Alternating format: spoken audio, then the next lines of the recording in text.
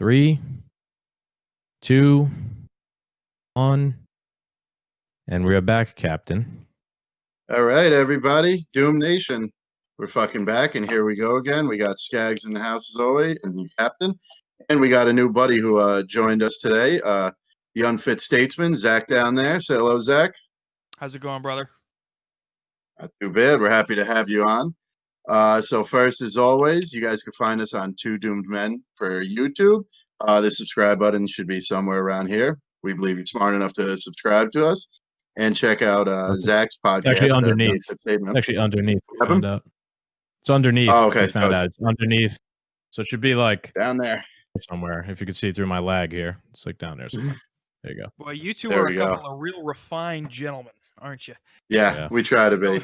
Yeah. So Zack, why don't you tell us a little bit about yourself, how you got into this, and how you reached out to us? Well, how I got into it? Jesus. I kind of always wanted to start a podcast just because I want attention, and I wasn't entirely sure what's it going to be about, what's it going to do, whatever was on my mind. I thought I'd just blurt that out because I can talk for an hour and not be interrupted. I gravitated toward politics really only because in college I kind of got interested in it, and actually, during the 2016 election, I was a big Bernie guy, and Skaggs. Right. I was a big Bernie guy. Part of what drew me to him was the thing that I was just dick driven on was the fact that this was a man who opposed the 2008 Wall Street bailout. Yeah. And I went, it's about goddamn time. I mean, this is fiscal conservatism at its finest. And I thought, okay, I'll go with whoever finally recognizes this point that I'm trying to make. And so I went with him. And sure, he had a few ideas that I didn't necessarily agree with, but I was like, fuck it, you can't get a perfect candidate. So I kind of rode the Bernie wave through 2016, but I refused to vote for Hillary, right? Because she is a psychopathic woman. Right, yeah, she squats over candles and hits babies in the face. Okay, this is just how she lives. But as Trump got elected, and I at first thought this might be the worst thing in the world. But as it kind of played out, it just was kind of he's just another president. He was decent in some areas, and bad in some, and really good in some. But so now I find myself in the middle talking bullshit into a microphone. And my mother, who is liberal, says I'm conservative, and my father, who is conservative, says I'm liberal. So I figure you're moderate. I'm independent, moderate. And then I throw in talking about tomahawking babies off of skyscrapers in New York City. So that's kind of. Yeah, I listened to your last episode, and when you got pissed off at the DMV and you wanted to take a small animal or a child and just beeline bullet down, 10 and out, fucking right into a wall, fucking crack me up. Well, the key is when you throw a baby or a small animal, you want to get that tight spiral. So the key is keeping the wrist nice and stiff when you fire it, right? Because it's not like you're not trying to hit the Hail Mary, I'm going for a touchdown. No, this is 5 you just want trying speed. To get a first down, and you just want to get it out there. That's it. Well, next time I throw a baby, I will remember this. And honestly, if you're asking for more of an introduction, I don't have one. I have I have no background. Well, yeah, neither did we. I mean, we started a podcast with our friends. Yeah. And they baited us into this heated political argument, and it went above and beyond. And then we kind of formed our own show out of it, and now here we are. I guess 6 months later, maybe. I guess I do respect the platform and the sort of ambiance that you've created. It's all about the ambiance. Yeah, with two people on the opposite sides of the political spectrum who can talk a little bullshit, right? Talk a little bullshit and not fucking hate each other. Thank God. Thank God. Well, let's get it straight. I've known him since he was 17. We've hated each other for 2 decades now. Yeah. It's not that easy. But yeah, that was the premise that we founded the show on, is that me and him have always been pretty, I guess you could say I was also a Bernie guy like you. Me and you honestly have a very similar mindset, I would think, just based on your explanation before. I was kind of like a Bernie guy and he was this Trump guy, conservative, and I'm a little bit more liberal. But one thing we learned as we did the show, I said this in one of our recent episodes, is we actually agree way more than we disagree. And I feel like, yeah. I was yeah, just gonna say it's odd because I feel like a lot of conservatives and a lot of liberals will find a lot of common ground if they actually talk yes, very, very specific policy. So Yeah. right. I If put you out actually an have the conversation, right. So I put out an Instagram post about Ted Cruz, who was denouncing this second wave of the COVID stimulus, mhm. because and the way he was speaking reminded me so much of clips that you can look up on YouTube of Bernie Sanders denouncing the 2008 Wall Street bailout. And he's saying, look, this is obviously the 2008 bailout was something different. This was leverage speculation and a purging of toxic assets. But either way, the savior mechanism is the same thing. And Yeah, I agree with you I just 100%. posted on Instagram. I said, look, it's odd when you can hear Ted Cruz denouncing a stimulus package that was just put into place by executive order by a Republican president. And I you think can you go made a back, good like you point said. saying that it's they're saving toxic assets, you know? I don't know if this time they're necessarily saving toxic assets. See, in 2008, it's very specific. It was leverage speculation. It was It was a decoupling between Wall Street and the Main Street economy, which is what we see now. But it was toxic assets that were formulated because of very specific actions by speculators on Wall Street. This is an extraneous circumstance. COVID-19 affected all of us.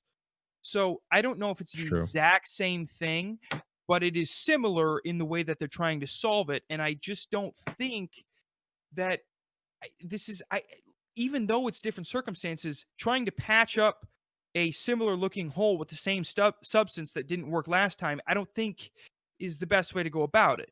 That's and when Well, you that's hear the government in general. They just keep doing the same thing and hope for different results. that's Yeah. well, and you call yourself, I would assume, a conservative. Yeah. Okay. From what I've been able to gather when I listen to your guys' podcast, you're a little bit more libertarian. Yeah, I fall on both sides of the spectrum because there's even liberal policies that I go completely left on, and I've gotten into plenty of battles with Republicans. I always say, go to an anti-weed post and misspell a word in the comments and just watch the fireworks. Just for Yeah. whatever reason, conservatives cannot handle the legalization of marijuana, and it drives them up a wall. And I don't see what the problem is. You're Yeah, go ahead. I was gonna say that's a good point. He definitely is a little libertarian because you're liberal on social issues for the most part. Yeah, You know, like you want weed, legalized. You don't really care about gay people getting yeah, married or people being transgender. But when it comes to like something like making the healthcare system nationalized, you're against that yeah, type of stuff. So like yeah, when it comes to Have you economic stuff, you're very conservative. But when it comes to social yeah. stuff, you're very liberal, which is basically an exact definition of a libertarian. Okay, well, well, hold on. I just don't want to privatize everything either. Okay, That's so true. hold on. Were you in agreement with Donald Trump for the second wave of the COVID stimulus? Oh, I really Passing haven't them too. looked into it too yet. So yeah, I mean, I don't really fall anywhere on it yet because I just haven't looked into it. Because all I see on my side is just the fighting between the Yeah. House and Trump. You know what I That's mean? So that's what just pushes me away from it. Just another topic that we got to wait for them out to finish arguing over before we get anything. So, right, but I because here's don't. But originally, like in the last bailout, when uh when all those major corporations and everybody started getting bailed out, that yeah. was that was bullshit. They're a company that failed, and it's hard times. The economy collapsed. I think the people should have been getting bailed out, not these major corporations. And then, like, who was it, Skaggs? Boeing or American Airlines? They took like X billion of dollars, saying in good faith, we're not going to fire anybody because you're giving us this money. And then 2 months later, they lay off like 22% of their workforce. Turns out they are going to lay off everybody. I think it was like Delta, maybe one of the airline companies, and that's exactly what a Bernie said was going to happen, and that's exactly what ended up happening. I mean, unfortunately, if you look back at the 2008 Wall Street bailout, there's a lot of similarities. Of course, the cause of it again is very different, but you look at certain things like, again, Fed behavior in the economy, right? I think I don't know exactly what it was. I hate to quote statistics because I'm stupid, but Go for it anyway. We throw plenty of wild facts and opinions out there. I think it was. I think I got this from Zero Hedge. I think $16 billion worth of equity has been bought up by the Fed in the previous quarter. Mm-hmm. So whenever you see a lot of Fed behavior, that usually means that the market is not stable on its own because they need to manipulate it.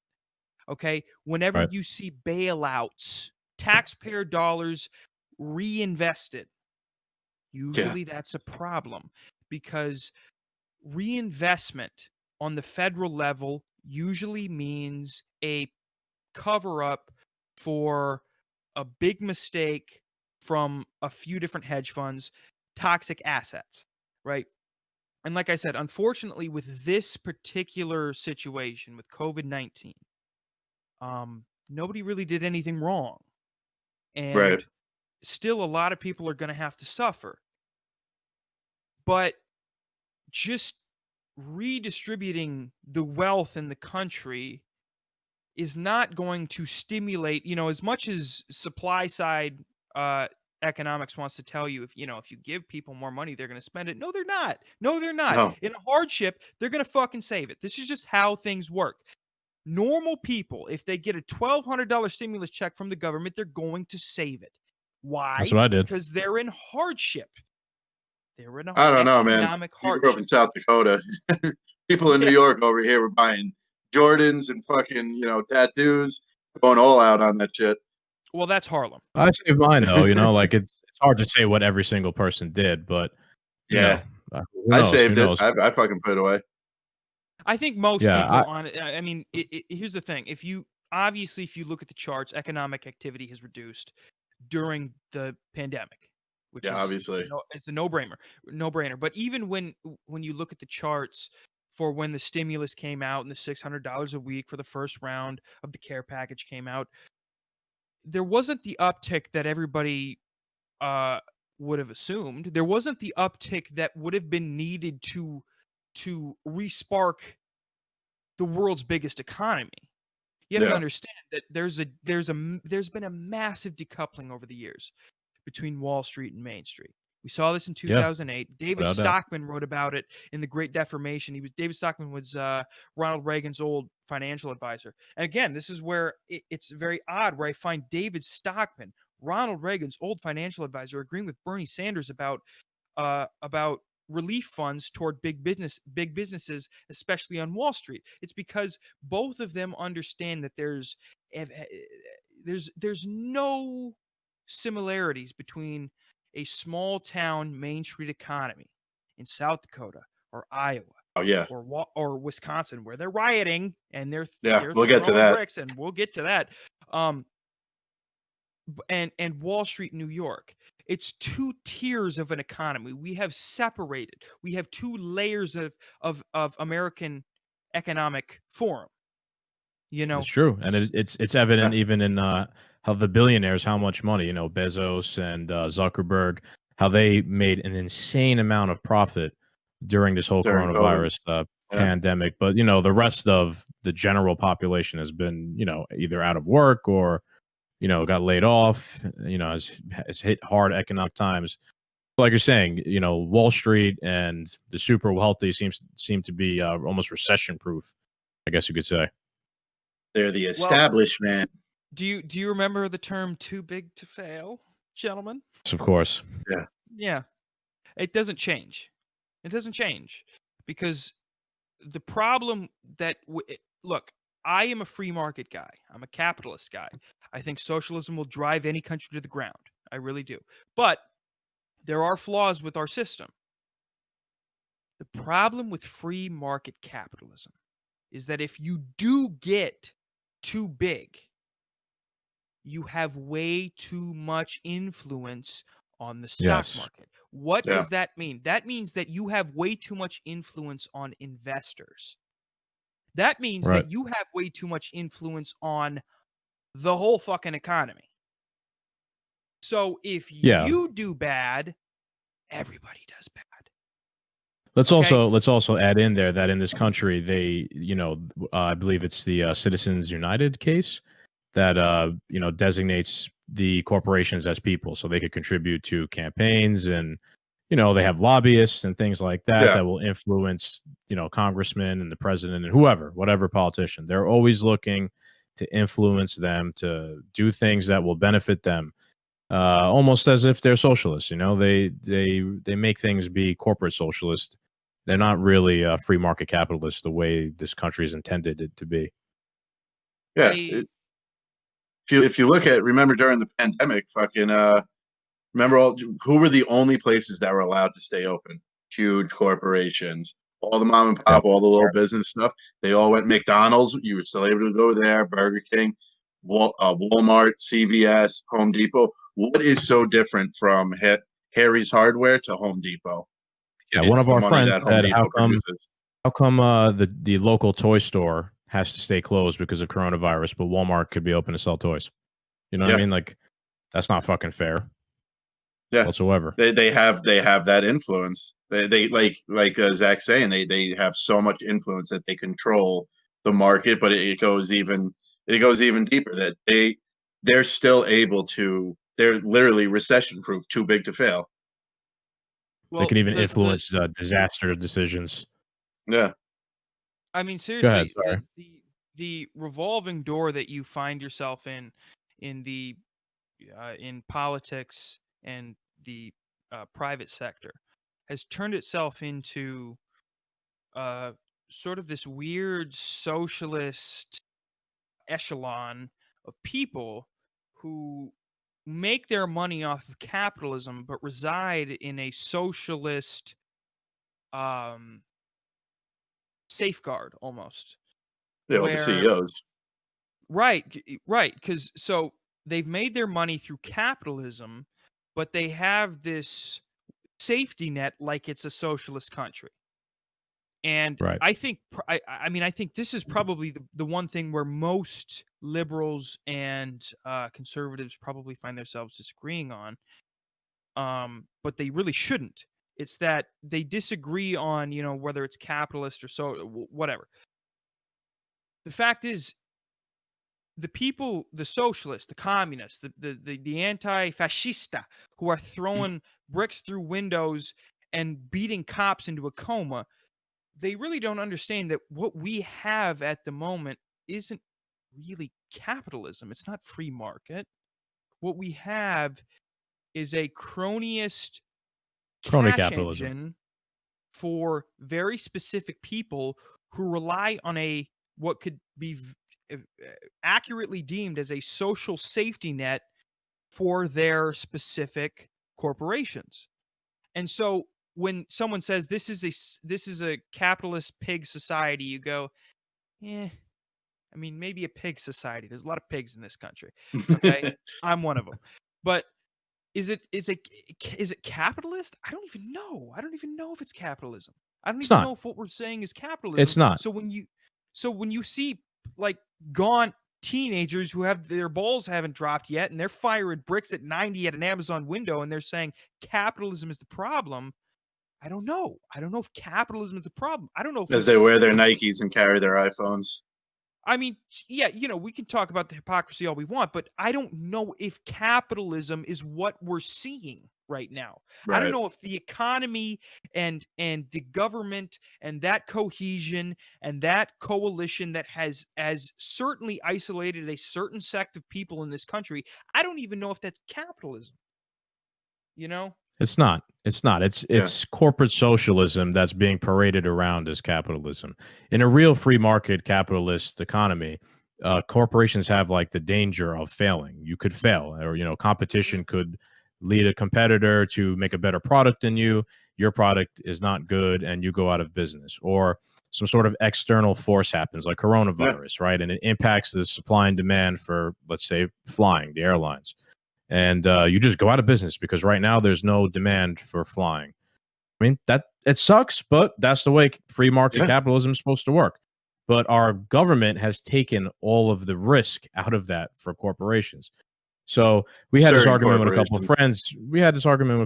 A couple of real Republican friends who are really socialist, but they don't even recognize it, about how, we have to bail out the airlines because they're going to lay off the employees and it's not good, and this, that, and whatever. And I'm like, listen, if there's no supply and demand for something, you can't just keep giving money to that thing for free. The business will fail, and eventually there will be a demand again for flying around. When coronavirus is over, another company will rise from the ashes and pick up that supply. You know what I mean? And that, like, natural way that capitalism is supposed to work has been just totally discarded. So, well, that's unfortunately, we have, again, what's called crony. Like, if you look at the 2008 bailout, let's just take a look at the players in these moves, okay? So, who was the Treasury Secretary? This guy named Hank Paulson. Who was Hank Paulson? Well, Hank Paulson was the CEO of Goldman Sachs. Interesting. Who was the chair of the Fed? A guy named Ben Bernanke. A guy who was friends with Hank Paulson. A guy who was known for printing money. And then you look at everybody in Congress who must have been given mushroom tea right before the congressional hearing about the 2008 bailout, because I have no idea how this got passed. I mean, Bush is retarded. Okay, sorry. He knew nothing. I mean, he literally knew nothing. And I saw him on the 9/11. I saw him on Ground Zero, and he said, we're going to blah, blah. And I got fired up, too. I got goosebumps. But he didn't really know anything. And he tried to stick to his George H.W. Bush conservative roots. He didn't do a good job. But he appointed people who had really malevolent intentions. And so when Hank Paulson comes out and says, we need to bail out the big hedge funds, and he's the CEO of a big hedge fund, and nobody thought to go, that's odd. That's odd. The Republican Party was supposed to be the party of fucking Reagan. Certainly at that point. In 2008, they were the party of fucking Reagan still. And you have David Stockman, again, the ex financial advisor to Ronald Reagan, saying, no, do not do this. Big X, do not. And they just go, yeah, fuck off. And then they do it. It's because there's been a weird abandonment of conservative, financial thought or anything. There's nothing anymore. It's a cronyist society that leans on capitalism to make money, but also leans on this weird socialist safety net to make sure that they don't fail. Exactly. So we're in a weird and honestly, yep. Go ahead. Sorry, I don't didn't mean to cut you off. To say. No, yeah, I was just going to say, and I just put words together and then hope I find it along the way. Yeah, I mean, I agree with you 100%. And I'm going to bring it back again to the fact that corporations, the reason why nothing changes and why they are not going to allow corporations to fail is because they're scared that their funding for their campaigns is going to dry up, or when they're done running, holding their position in Congress, any of these politicians get a job for one of these corporations, and get paid, 6-figure salaries to work there. There's like a gentleman's agreement under the table for stuff like that to happen. It's just the whole system has just been corrupted by money. It doesn't serve. Yeah, the system doesn't serve the people anymore. It serves the interests of money and greed and corporations and whatnot. Not like your average Joe or your average citizen's interest. Go ahead, Cap. Those people that you were talking about that were put in in the 08 bailout that you're saying. So a hedge fund owner is going to bail out the hedge funds. he was put there for this exact reason. This was all the hedge funds guys' payday, as far Right. as I'm concerned, and it just Exactly. continues and continues in any facet of a major corporation. To me, that's just all the establishment. You scratch my back, I scratch your back. They put all this money into Bush's campaign. All right, well, now you're gonna, as president, you're gonna let us bail ourselves out. You're just gonna give us the money. We got you to the presidency. Yep. Now you're gonna get us out of here. Exactly. It's Let's not just forget how the also that establishment and politics work. Exactly. Let's not forget also that the country, like the federal government, is how many trillions at this point in debt, and they're just continuing to add to it. Now this coronavirus thing happened, and that's going to add to the debt even further. How long is it until our dollar, our currency becomes worthless because they just keep printing more to pay for these bailouts and the spending, which is absolutely out of fucking control. The federal budget, especially like the military budget. I know I'm a big military guy and everything, but the fact that we spent $750 billion almost yearly now. You're a Bernie now. guy and a military guy? I'm a supporter of like the troops, but I'm not a supporter of spending $750 billion on the military every year. You know what I mean? Okay. It's insane, especially when they're the media and these politicians are always leading you to believe, China is as a threat and Russia's a threat, and we need to stay one step ahead. If you look at our spending compared to their, I know you're chomping at the bit, but I'm just gonna say, if you compare our spending to theirs, it's not even close. Or if you compare, I always like to say, compare how many aircraft carriers we have compared to China, and you'll see they're no threat militarily to us, in my opinion. No, that's 100% true. I have it in me. I have this weird like disagreement dick up my ass where I have to disagree with everybody that says something.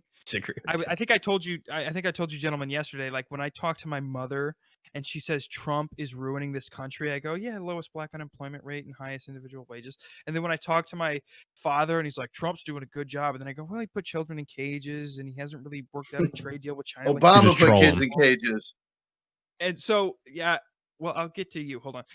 But when you say like, okay, we don't need this military budget. Okay, fair enough. But we are also, it's not just us that we're protecting. Right now we're protecting a whole bit of the of NATO Europe. And so unfortunately, we would have to find a politician who would be able to be a hard ass to our NATO countries who would finally be willing to chip in the equal amount of military budget toward our military alliance to defend ourselves against our enemies. And I've never seen, Republican or Democrat, to be fair, a country who's willing to do that. So we've taken the reins, and the only reason that the Western world is safe against communist countries like Russia, like China, like Iran, like North Korea is because we put so much toward our military budget. And a lot of people, I think, confuse the theory that we're only protecting ourselves. No, we're not. We're putting a lot of money toward protecting England, Sweden, Norway, France, Germany, Australia. So, although I do agree with you that we spend too much, like how else are we going to work this out? Because nobody else seems to want to step up and pay their fair share. And stop smirking. Well, stop smirking, Chris. I swear to God, I'm gonna fucking disagree. Trump's been hard on NATO since day one. NATO has increased their spending as a whole because Trump has forced more nations to fucking pay their fair share. I remember watching the debates and listening to Trump and Hillary, and like she had nothing for NATO, and Trump's like, everybody's gonna fucking pay if I go in. That was something that really got me hooked on him. That was what a policy that I followed of his. I don't have anything in front of me because I didn't even know we were going to talk about NATO tonight. But okay, yeah, but to Skag's point, where's the money? Nobody's. I know we still haven't cut any spending. So again, I disagree. Like, first of all, I don't think that Trump, he did say he called that out. I will say that, but he certainly has done nothing to get the money. Right. But to your point, so when you say, yeah, we spend all this money, but again, it's sort of this Western frontier that America has put up. So somebody has to supply it. Otherwise, Russia's just going to invade fucking Germany because Germany's reliant on Russia for oil. They can cut them off if they want, and Germany will go to shit because that's a big part of their economy because Germany's not that economically complex. So we need somebody to step up and pay a shit ton of money for the Western countries militarily. So although I agree with you that we probably shouldn't spend this much money on the military, and Trump said he was going to, get the NATO countries to pay their fair share, and he didn't. How else would we do it? That's a good point. We knew we'd be running for president. Yeah, exactly. That's a good answer. If we knew we would be running for president, you got to use the leverage that you have, I guess, as the defender of Western society. That why should we be footing the bill? Fail. You could. That's like the. I mean, if Trump was the madman that he is, he would be doing that, huh? Yeah, I think there's also like a patriotic angle to spending so much on the military when it comes to somebody like Trump. Yeah, the Star Spangled Banner. Star Spangled Banner, red, white, and blue. I support the troops. I'm gonna, the biggest, the baddest. I want to make sure they have the best. There's that aspect of it also. When we start rolling out super soldiers, that's where the 750. It definitely throw all that money back. Started with like the Cold War and Reagan, right? We were beefing up. Well, supposedly Reagan in his 1980 speech said that, I think it was in Chicago, he was saying that, we're going to beef up our nuclear supply because that was a threat at the time. Unfortunately, when he increased the taxes and got the money, he didn't put it toward the nuclear arsenal. He put it toward, what do you fucking call those? The fucking aircraft carriers and shit like that. Right. The problem was that really wasn't the war domain with Russia. We had a shit ton of submarines ready to launch fucking missiles at Russia. And anybody who's done any Soviet research knew that they were done well before 1980. They were done. They were in economic collapse. The Gulag had put them in an economic situation that they were not able to recover from. And Reagan used it to beef up the military so he could look good. But so it really hasn't slowed down since then. Everybody's kind of, even Obama, he really didn't slow down military spending. No, not at all. How liberal the left wants to make him, how the socialist savior they want to make him out to be. He really wasn't that liberal. He really wasn't that socialist. He was actually fiscally very liberal. He reminded me of Reagan, who was the first conservative who passed himself off as a fiscal conservative who was not. And ever since then, it's kind of been upward spending, bailouts. There's been no tax increases and spending decreases since then, if you've noticed. Yeah. So it's, I mean, look, I don't know anything. I don't know why people listen to me. It's something I found funny. You're bringing up Obama and stuff. And Skaggs, remember that article you showed me like maybe 2-3 weeks ago where like they decided to increase military spending and it was a completely partisan like act, like there was no issues, like the left and the right completely agreed like immediately. Yes, I don't know if it had to do with the coronavirus stimulus package, which they were trying to include more money for the Pentagon. Why they would need it anymore, I don't know. When it comes to voting on increased spending for the military, almost both sides unanimously always vote for it. There's very little opposition. I'd say, like Bernie's like the only guy most of the time. Maybe Tulsi Gabbard and the Squad are the only people who vote against stuff like that. Otherwise, speaking of voting, what do you fellas think about mail-in voting? Oh, we spoke about this. We just talked about this. Woo, it's going to be a shit show. I did hear. I just want to brush it up before. Yeah, because I'm glad I listened. We're going to have to get to the Wisconsin thing. We just have to. Oh, we will. We will. But we can touch on the mail-in voting right now a little bit, yeah. I mean, like I said from start, my problem with the mail-in voting is if Trump wins, the left is going to scream that he cheated. And if Biden wins and you actually see cases of election fraud or anything like that, it's just going to get swept right under the rug, and we're never going to hear about it again. I think dude, if Trump is going to go crazy. yeah, I don't know Yeah. if Biden was already in the White House by then. I don't know. Something came out like a year later or something.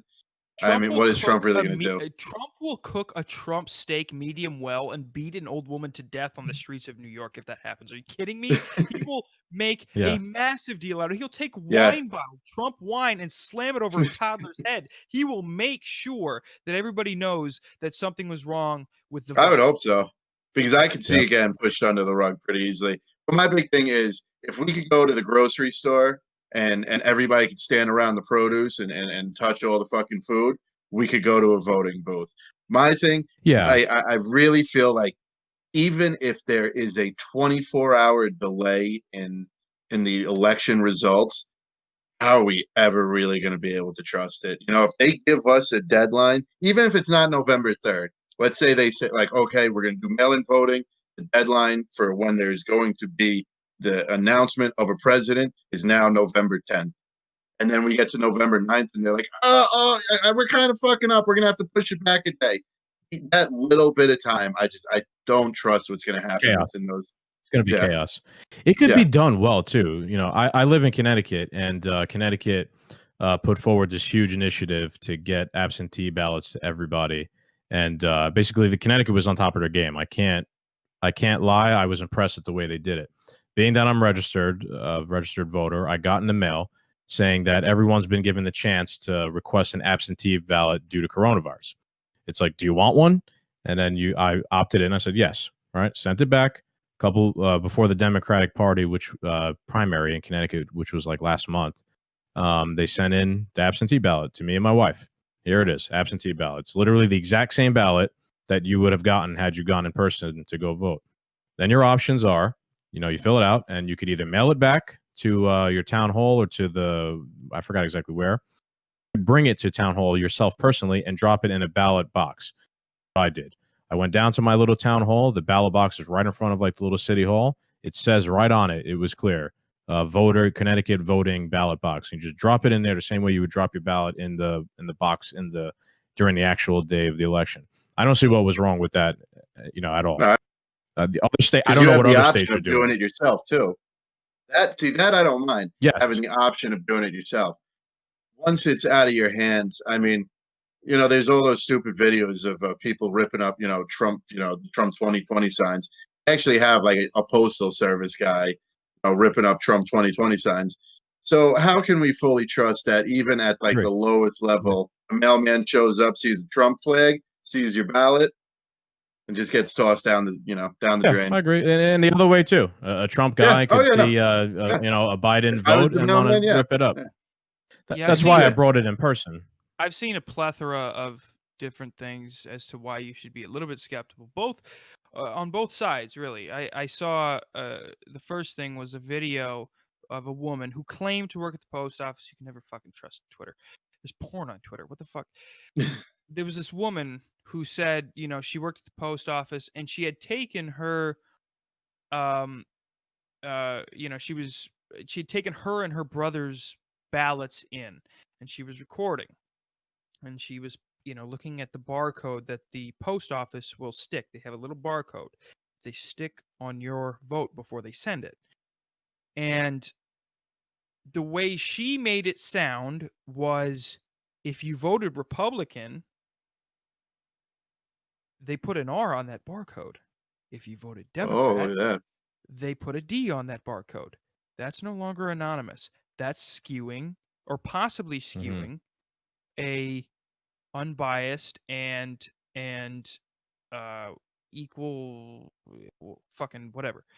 Also, I've seen this was easily verifiable. You can actually look this up on YouTube.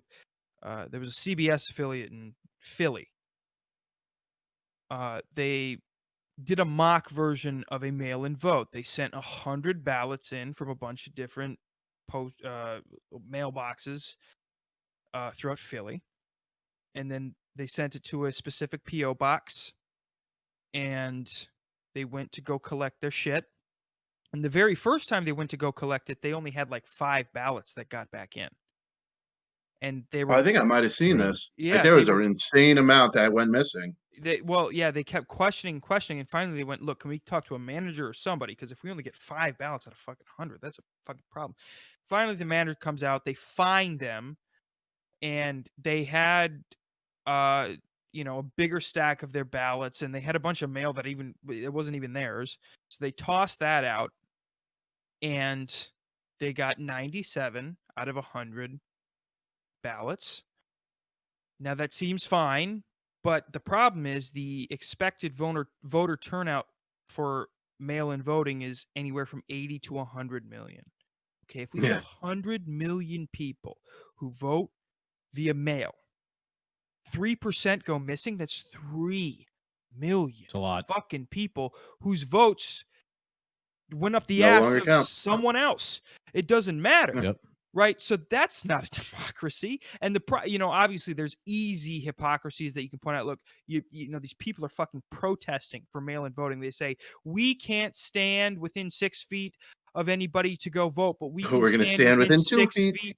Yeah, we can stand within 6 feet of people to protest to not stand within 6 feet. It's like, obviously it doesn't make any fucking sense. But I said this on a previous podcast. I said, imagine being so stupid that you show up in person to protest the fact that you don't want to show up in person to vote. Yeah. Like, it's a so new level of stupidity. Ridiculous. It could be done if you have concerns over coronavirus to go vote. It could be done safely. You could spread out the voting booths or machines, whatever the fuck they are, spread them out enough in the gym, at your school, wherever it is that you go vote. Spread them out right now. You can fucking open them up for voting. Exactly. Allow only so many people in the building. Extend the entire election day, the week leading up to election day. So you got 7 days to go cast your ballot. It gives you plenty of time. Not everybody has to be in the building at the same time. It could be done, and then you could offer them also the mail-in thing as well, if you want. If you're that scared or if you're that old that you can't leave the house, give everybody some sort of option. Yeah. Listen, if we were going to change the way we were going to vote, and as the world progresses and America progresses and technology progresses, eventually fine. Yeah. The topic of changing the way we vote could possibly come up. But to start throwing these Hail Mary passes, 70 plus days out from the election and changing the whole thing. And I don't want to be the first test run of mail-in voting to be the presidential election. You know what I'm saying? Like, for the biggest turnout. Let Congress deal with it. Yeah, you know what I mean? Like, that should have been something, like, if we were going to change the way we were going to do this, it should have been tested several times by now. You know what I mean? And not just the little primaries where we found plenty of issues with. Like, they should have tested to see how well they could handle, such a huge turnout for the presidential election. I think it's just one of these too. So yeah, I think it's just a rash, quick decision. Just like everybody was ready to defund the police right away. I was like, I understand something needs to happen to the police, but like, I think doing this quickly is going to cause a problem, like people in Wisconsin are having right now. Speaking, did you guys guys saw the video? The video of Which one? the cop? There's so many. Yeah. So the original video, the video of, I think his name was James Blake. Mm-hmm. Jacob Blake. Yes. Yeah. Let's get into this because this is I'm excited. This is like not excited. Current news that just I'm not excited about it, but it's current news that just happened on Sunday. Go ahead. I was gonna say I am, but yeah. So if I could, it's so weird because the video that has been permeated certainly in the mainstream it provides very little context, but at least you realize that so many people are ready to just jump on what they think is going on. And from the start, Skaggs and I describe what the fuck happened in the video, because everybody might not. Yeah, let's talk about it. Definitely, let's give an explanation, because definitely not a lot of people even know yet, which is kind of a good thing, but also sad. Yesterday or something. Yeah. Don't even know what happened. So Jacob Blake or Jake? What's his first name? Jacob Blake. Jacob Blake So the police show up to a domestic violence call, and this guy Jacob's there. We don't, we'll get into what we know about him, but we got this video from like across the street. Jacob standing on one side of his car. There's 3 cops on one side. They're all aiming their guns at him. And he just ups and walks away, walks around his car, opens the car door. And as he's trying to get in the car, a cop grabs him by the shirt and it's a brutal video. I mean, this is why we're hearing about it, because he just point blank shoots him 6, 7 times in the back. Yeah. Like 7 and, rounds. 7 times. Back to back. Yeah. And so he's still alive. He's hanging on by a thread. But we had, the media doesn't have any information yet. No real information's been let out yet. We've been doing research on it. But immediately, immediately after, this shooting happened, the mayor went out right off the bat, had no information, blames the police. And the next thing you know, this little town in Wisconsin is completely ablaze. Full-blown riots. Right. Some cop got hit in the head with a brick, and people were cheering. What happened? No, I saw the fucking video of him getting hit. I mean, I haven't seen the brick one. Apparently, Randy Johnson was protesting, and he threw that brick at a slick 95 miles per hour straight down the fucking cock, right in the wheelhouse. He hits that fucking cop in the back of the head. He drops. And I mean, I swear to God, if you see the like after he gets hit, the other cops are dragging him. His body's limp. He's done, right? Mm-hmm. He's knocked out cold, nothing left. And, if you look at the other videos of the protests that are happening in Wisconsin, you see flames going up. Like there was this will probably be some weird artistic bullshit in the future, but there was a sign. This is the greatest picture. This picture explains 2020. Yeah. It said Black Lives Matter. I'll post it up. And there's just flames going up everywhere around it. Was it a church? I think it was a car dealership. No. It was a church. A church, like the fire spread to a church. A car dealership is a church. I mean, douchebag. It's very ironic, right? The church that's displaying the Black Lives Matter, slogan catches on fire due to a riot from people that are, rioting and angry and protesting because of the Black Lives Matter movement and what happened to Jacob Blake. Yeah, so it's very ironic, It's a very ironic photo. So let me tell you my first reactions to it, and then we could, because here's the thing: at this point, really all we can do is provide first reactions. We really don't have all that speculation. Yeah, you're right. But so when I saw it, the first thing I thought was 7 rounds. Seriously, it's a bit brutal. Much. Same thing. That's a bit much. Yeah, I don't. I even said to a cop today. Yeah, no, we don't need. You don't need to be firing 7 rounds into a man's back. You don't need to be doing that. At point blank. Understand that look, my father's a policeman, or he's off the job. He's in evidence, right? Got the easy. You don't need to. It's a good place to be now. Yeah, you don't need to fire 7 rounds into somebody's back. You just don't. Yeah. And I understand the job's scary. I do. I completely and fully comprehend how ridiculously terrifying the job of a policeman can be. But unfortunately, nobody forced you to do the job. You signed up. Okay? It's nobody else's fault but your own if you didn't understand the consequences of being in a situation where you have to protect and serve other people in your community. 7 rounds? Way too much. Sorry. Now, on the other side, what the fuck was he doing when cops were telling him to stop, don't reach, stop? They had guns drawn. Look, if I had guns drawn on me, and I hate to be anecdotal and put it all on me, and I do this all the time because I'm selfish, and again, I want attention. Follow me, pigs. If I was in that situation, in no fucking way would I keep walking. In no way would I reach into my car when I know that I had a warrant out for my arrest for fucking a bar incident where I pulled out a gun. So no, but you know what? That's the problem with that's where that's the road that 2020 has taken us down now. That it's so fuck the police and defund the police that even when guns are drawn on you, Big dick energy emerges. Fuck you. What are you going to do? You're the cops. You're the cops. Fuck you guys. Yeah. And that's what I feel like we're going to end up seeing more of this before things get better, because people are they can't wait to push that limit, because you see it all over the news. You see it all over the media that people are just getting away with this by the dozens. You know what I'm saying? Like, I think Zach, you said it in your last podcast. Oh my God, I'm drawing a blank now. Sorry about that. But fuck. Anyway, with this narrative of like that's literally what I said in my last podcast. You're right. I know you did. You actually did lose the train of thought too, which is funny. But anyway, with these protests and shit, like, we keep seeing that you could get away with anything, and it just creates this culture that's not going to be healthy for anyone in the long run. Because I won't sit through the argument of that, the cops just shouldn't defend themselves either.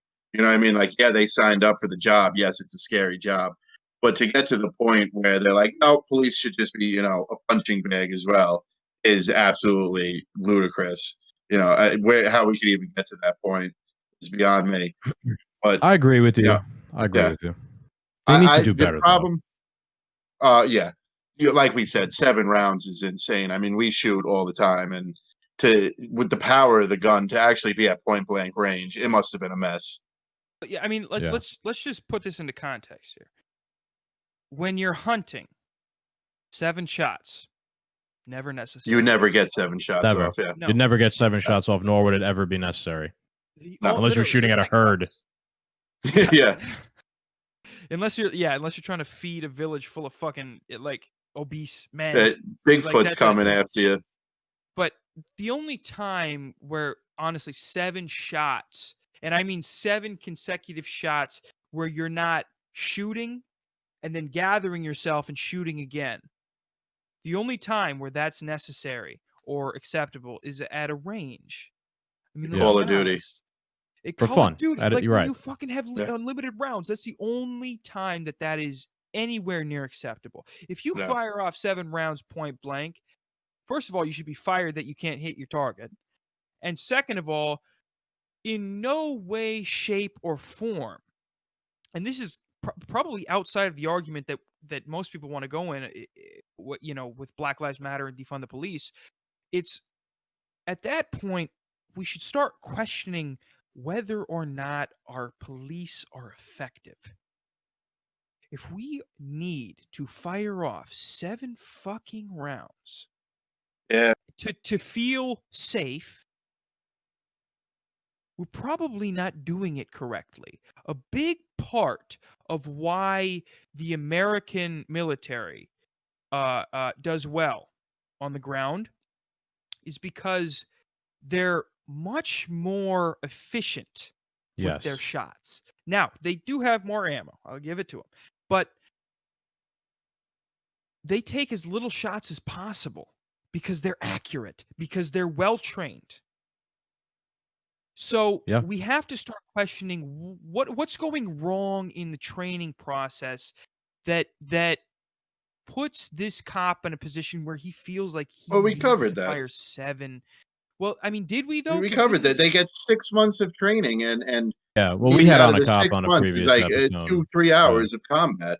So we had the story on the episode where we interviewed the police officer, where he took a young kid out who was just a cadet out of the school, and they were having they woke up some drunk bum on the sidewalk and said, just go to the park and go to sleep. Don't sleep in front of the bank.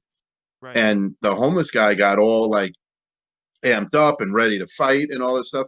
And our friend, just talked him down and went on. But when he turned to the cadet and he said, "So what did you think?" The cadet was like fully like, "It's go time." Like, so, a lot of these kids coming out after, this short period of training are ready to run out there like Rambo and just start mowing people down. And so that's where you get this overexcitement. Like, so, the big problem I have with this Wisconsin shooting is we don't know if he had a gun yet. If he had a gun and if he was going to shoot somebody, or if the officers saw him reaching on the dashboard for a gun, 7 shots, brutal, I can't blame the cop. But if it turns out that there's no gun anywhere or anything like that, man, that's terrible. It's hard You to need more judge police either reform. side. It's hard to judge Yeah. either side right now because we don't have the full details. Well, But what But I looked up here, Wisconsin's let me burning, tell you. so they're judging. yeah, I know, right, you right. you you sent me a link about his past, and that Yes, definitely I want to talk about that. yeah, you can I skimmed over it right before. You can probably provide a little more detail about it, but his past probably played a little bit of role That's right. in Yeah, what if you want to happened. play devil's advocate, right? Let me give you a little excerpt from what you're talking about. I got this from an article by Jessica McBride on Heavy.com.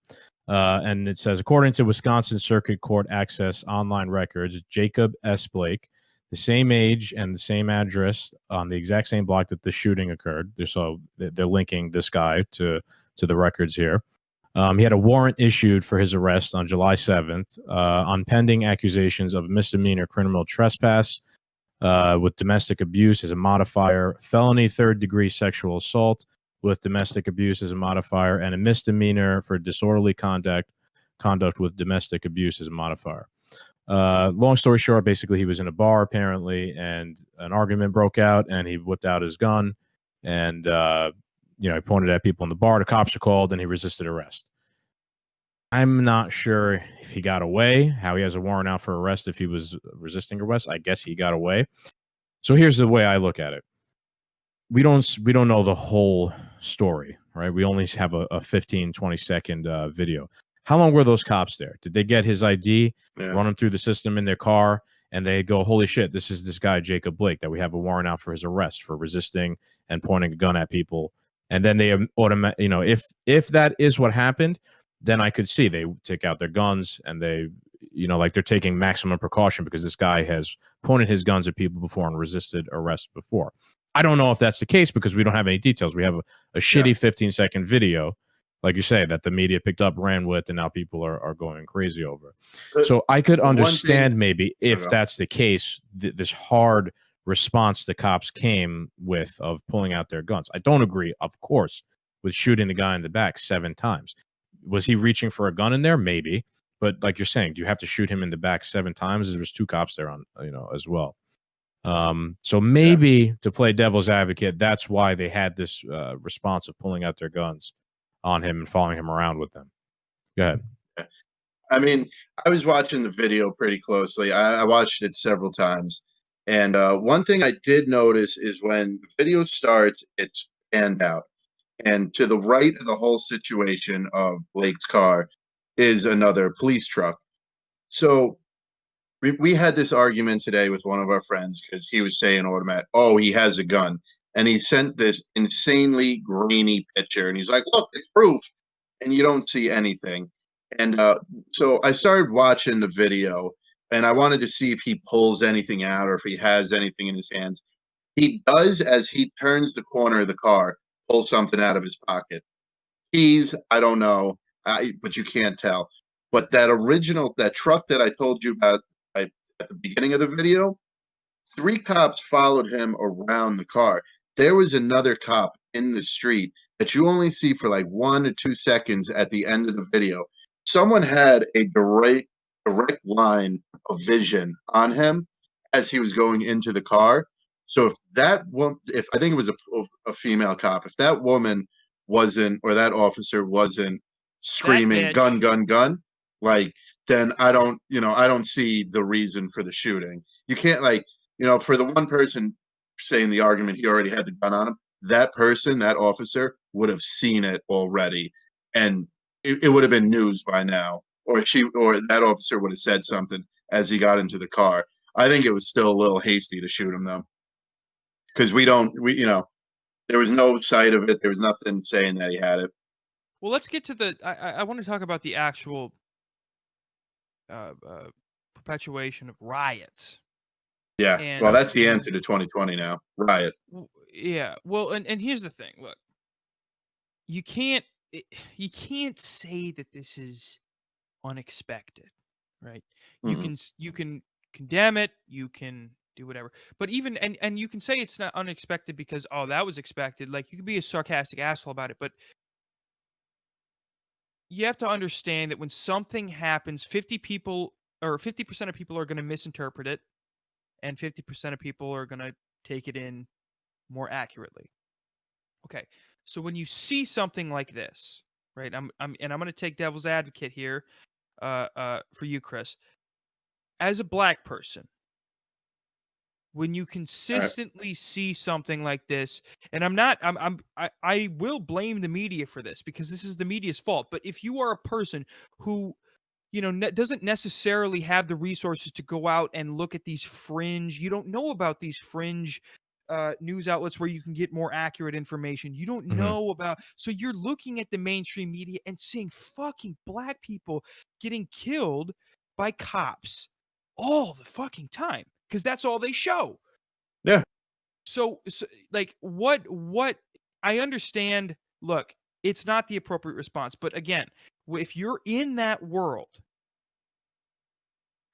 I guess not how I'm not going to ask you how you think you should respond, but at least how do we get that sect, that demographic of people who are consistently seeing that bullshit out of that, at least to a point where they can, instead of rioting, think about writing up a policy that would be beneficial in policing, or yeah, I get you. I agree with police reform. This is something that happens way too often, but the media does sensationalize it way too much. Well, that's what I mean. But yeah. Again, if that's all but you see and you're just getting bombarded with that, and you're bullshit, asking like, what's the appropriate response? Like, as a to me, who is on the outside, how do you get the people who are on the inside out, at least to be some type of beneficial actor toward the behavior that they are claiming to detest? Yeah, I think, I said this earlier today, the whole peaceful protest narrative has been thrown out the window. The media has completely hijacked what peaceful protesting is, and it only just shows, fires and the car flippings and, attacking the police and the riots. I think I'm perfectly fine with people peacefully protesting. When you end up showing up in, people's neighborhoods breaking shit, it's a whole different ball game. I think the people who are protesting also need to stand up now to the people who would set the fires and who would attack the police. They're looking to do damage, not to make change. I'm fine with whatever change we could come about. And, my biggest issue always had been with, Black Lives Matter, that not that what they represent, but here you have this amazing opportunity to help Black lives and Black communities, and you make all this money, but have they rebuilt any schools? Have they, changed any infrastructures? Have they started any programs that are going to better the communities that they fight for? We really haven't seen it. I'm all for like the brick and mortar. If we could get things changing for the better, I completely agree with it.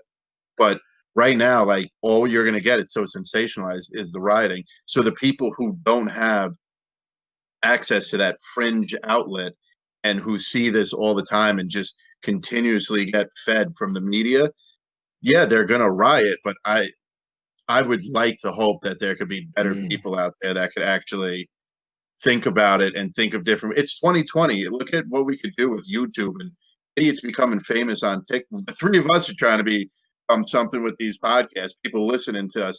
There has to be a more creative and educated way Just trying to get their porn, message. that's all. Yeah, well, yeah. But there has to be a better educational way to get the message out there than burning things down. Yeah, I agree. What are we Yeah, what are you accomplishing by ruining your own neighborhood? Let me make the point too that if I understand 100% the anger and the inclination to violence or something like this happen. I understand psychologically why people are behaving that way and why that happens. Number one, they're angry. They feel like their voices are never heard. They turn to violence, and then it becomes a mob mentality. And opportunists come in, criminals, and take advantage of the situation. So I understand like the psychology behind it. But if you're not a criminal and you're not an opportunist and you're someone who legitimately wants things to change, but then you turn to violence, you're going to alienate other people who might agree with you, who are not inclined to violence. Like, I've seen videos of some of these rioters and protesters going to like the white suburbs and yelling at people saying, you should give up your house and do this and do that, and we're going to come fuck up your neighborhood now. Have you actually spoken to any of those people that live in those homes? Maybe they agree with you. Maybe they agree that, Black people have been dealt a shitty hand by this country, and they're on your side, and they would support doing something to change. But instead, you just almost like reverse racism. You're just going and painting any rich white person in an area as part of the problem instead of maybe talking to them. Maybe they are on your side. Maybe there's someone that can help you down. Yeah, but this is where this argument, like what you just made, the argument that you made, where you're like, there's a bunch of rich people who are probably for your, cause. But here's the thing: this is where you can slide the, well, these people don't give a fuck about Black people. They want Marxism.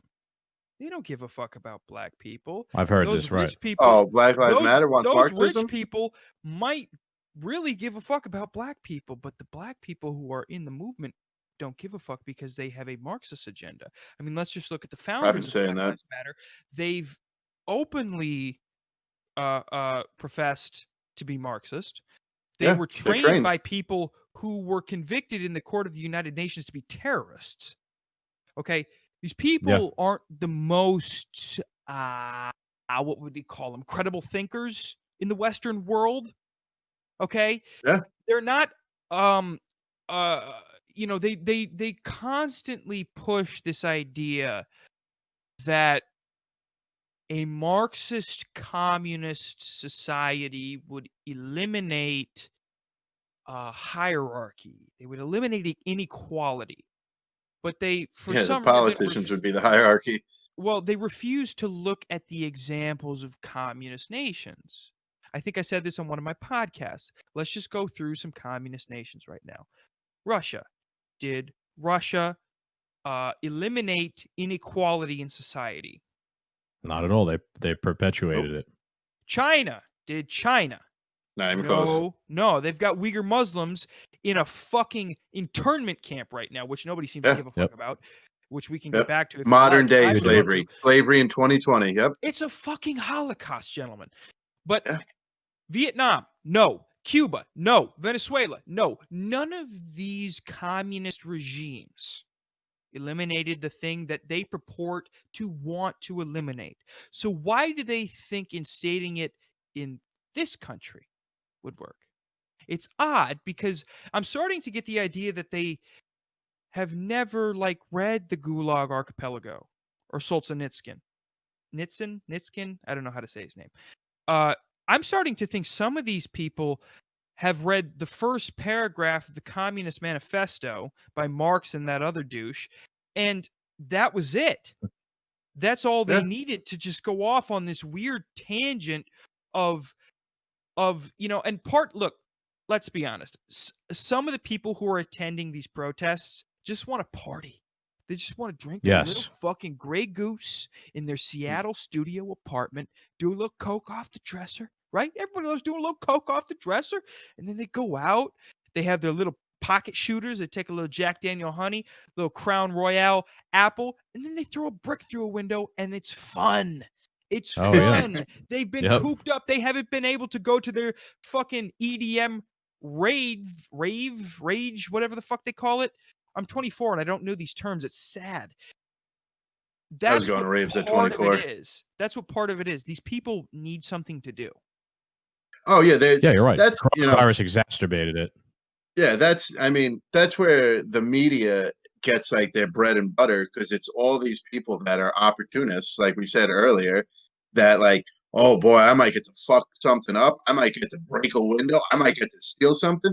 I said this on a podcast a while ago. I mean, if we start rioting again, I'll just go down to Fifth Avenue and pick up some Rolexes, I guess, Fuck it. Why not? Yeah, that's what happens. That's the mentality that a lot of people get. Like I said before, mob mentality. You might get a few people who are angry and want to, break something because they feel like their voice is unheard. Then it just snowballs, and then you get your criminal who don't give a flying fuck about anything, and then they just go, Yeah, that's why I was originally against using the National Guard in this situation, but I'm kind of for it now. because you can't allow this. The police are, I know, but the police are in this bind where they can't win, and they're not. And as we've seen, they're not even capable. They're not great with handling these situations, like shooting this guy in the back 7 times. But the National Guard seem to actually do a pretty good job. And if you want to think about it, why is that? It's because they're fucking trained, and they're trained a lot better probably than the police are. There's no bullshit. They come in, they know exactly how to kidnapping civilians and putting people in unmarked vehicles. Don't you understand? Don't you understand? All those people are alive and were let out and got their due process. And went straight back to their fucking parents' house. And you know what a lot of people forget? What a lot of people forget is that Antifa had been declared a domestic terrorist organization, and were they? A while ago, I'm pretty sure. By the FBI. This might be a bro fact. No, I'm pretty sure Trump signed an executive order stating that they were a domestic terrorist group. Yeah, but that doesn't mean that they were deemed like the people who the only thing that matters is the FBI deems them a terrorist group. Like, right? Trump signs an executive order, it doesn't fucking matter. Like, who gives? But a fuck? if these federal agents are arresting people and throwing them in unmarked cars, that doesn't mean that there was already an investigation going on into these people as well. Not the new people happening in Wisconsin right now, but the shit going on in Portland and Seattle. It's been going on for a while. There could have been a level of investigations, or there's people. Obviously, all these crimes are being committed. Someone is trying to solve these problems and deliver some form of justice. So when a federal agent rolls in like that, they could just be doing their federal. These people could have been breaking federal laws and be actual criminals that were being searched for.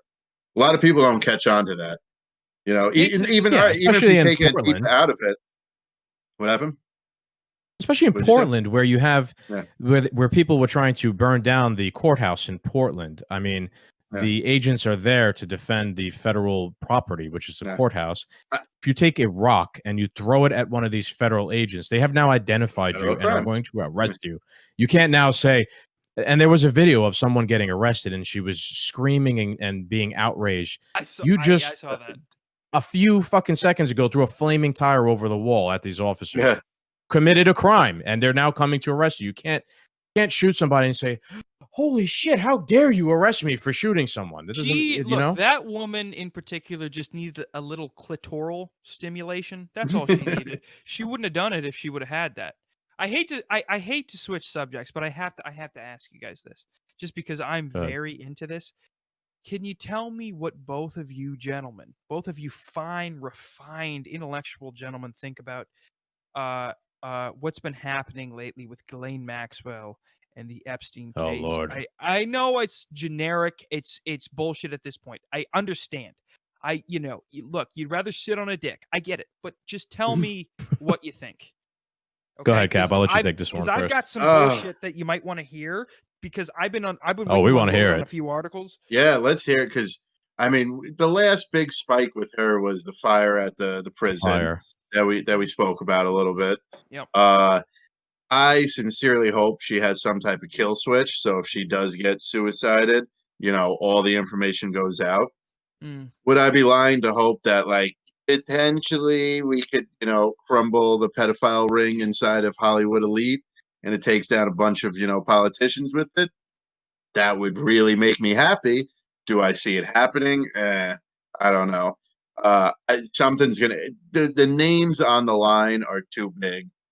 Yeah. Something's gonna fucking screw it all up, and it's all gonna go to hell. We both 100% believe in it. What happened? No, I was gonna say we both 100%, believe that there is this pedophile ring that implicates a lot of people in power, and it's we basically believe that it's a conspiracy. It's not a fake conspiracy. We believe that's a real one. So go ahead, finish your point. It's a scandal. It's a fucking scandal. Yes, it's not a scandal. It's a good way to put it. Yeah.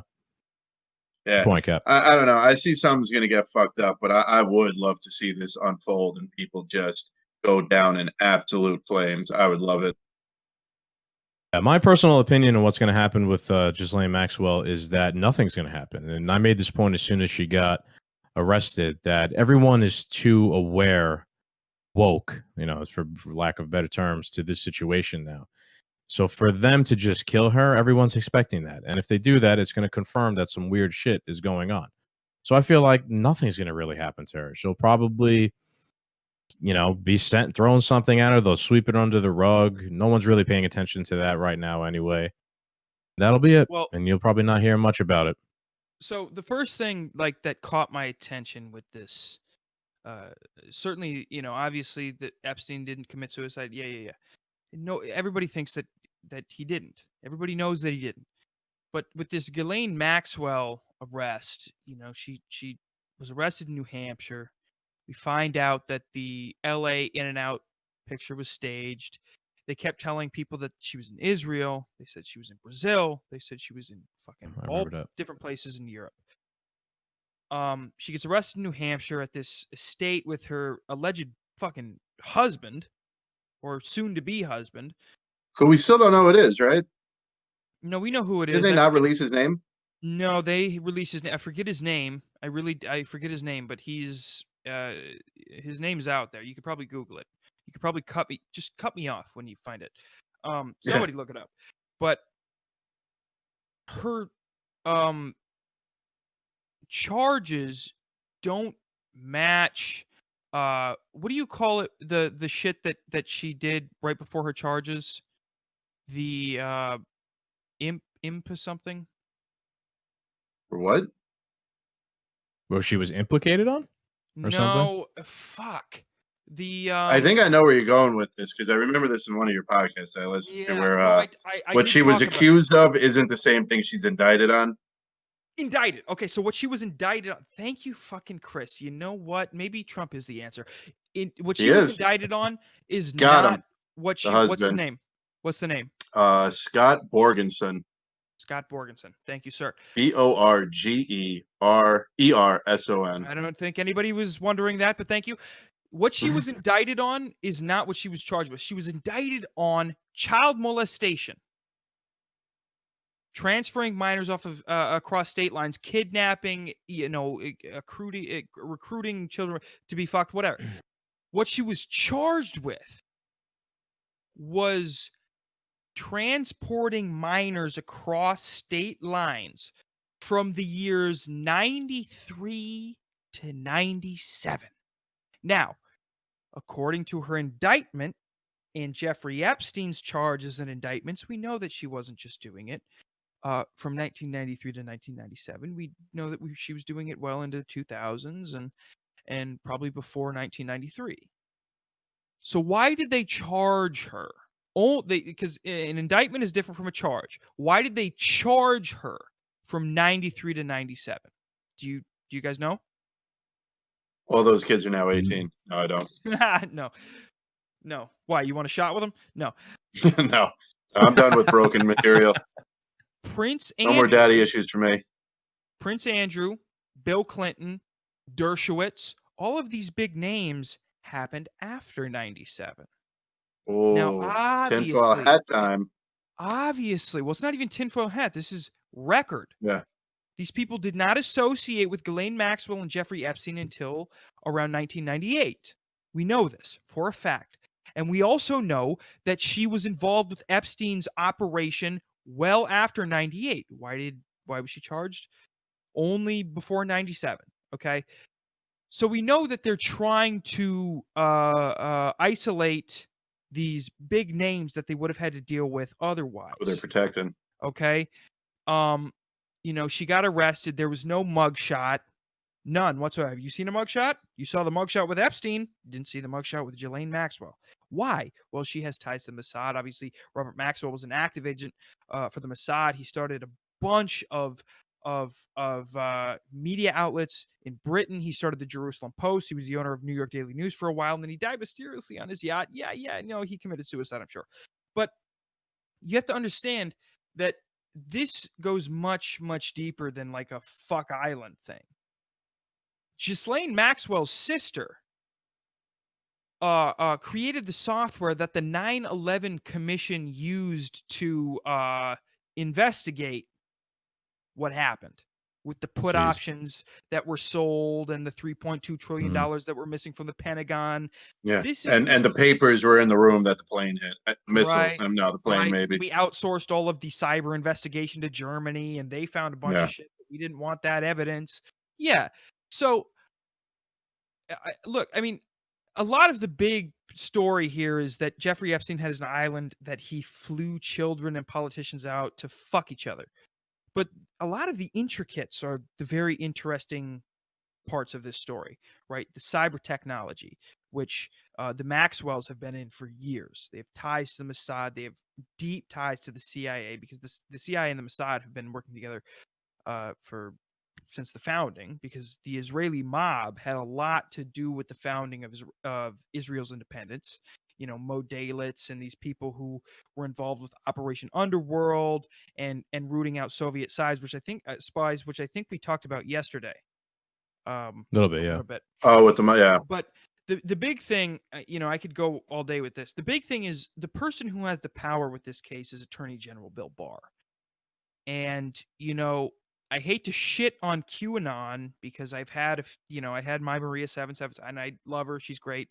But she thinks that, under Trump and Bill Barr, we're going to root out all these fucking pedophiles. And yeah. But no, we're not. We're not, because Attorney General Bill Barr has ties to this case.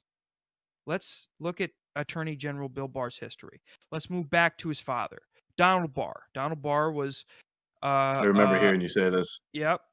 He was an official in the Office of Strategic Services, which was basically the CIA before the CIA existed. Right. He hired Jeffrey Epstein in his first prominent role in the Dalton School on the Upper West Side of New York. He helped him get his job at fucking, I forget which hedge fund it was. Maybe Bear Stearns. I think it was Bear Stearns. And while he was there, he was involved in like multiple fucking SEC cases that just went unresolved because, who knows. And you have the current attorney general working very hard with a guy named Donald Gregg, who was, and this Donald Gregg guy was the shady motherfucker who was working close with a guy named Craig Spence. Craig Spence was a pedophile who was like recruiting children into this Catholic boys' school at DC, and he would send boys over to the White House and allegedly, I'll say allegedly because, if I'm wrong, I'm wrong. But there's a lot of witness testimony that said that Donald Gregg allowed these children into the White House at very late hours of the night. So you have, when was this? Like what year was this? During the first Bush administration. Bush's dad. HW. You have during that time, during the HW administration, Bill Barr at the CIA working very hard with Donald Gregg to block both the Church and Pike commissions, which were congressional committees hell-bent on investigating the sexual blackmail operations of our intelligence community. And I'm not sure exactly if they were going to push their investigation outward toward the Mossad. I don't think they were. I think they were just going to investigate the CIA's what they called honeypotting investigations, but they blocked it hard and they were successful. And now, right, we have this man who was Attorney General under George H.W. Bush comes back to Attorney General right when Jeffrey Epstein gets caught. What a beautiful disaster. What a beautiful coincidence. So, I think QAnon has nuggets of truth, but, the trust in Bill Barr, a little the trust in Trump, man. Durham's running the case. I brought this up. They asked, Trump got straight up asked about Ghislaine Maxwell. He says, I wish her well. I wish her well. I wish her well. What? How do you wish somebody like that well? I don't know if I think he just kind of said that as like look, I don't have a line for this. Let's just throw it out there. Because I don't think, from what the research that I've done a decent amount. Again, I'm retarded. But I've done a decent amount of research to the point where I can at least say some things with confidence. It seems like Trump isn't involved with Epstein in the same way that like Clinton was. Trump That's is true. involved I in agree. Epstein in fucking over like people who built properties for him and these weird shady ass real estate dealings. And Trump was a key witness in 2005 in something Epstein was wrapped up in. Their relationship was much different than everybody makes it out to be. Trump's relationship, he did have a relationship with Epstein.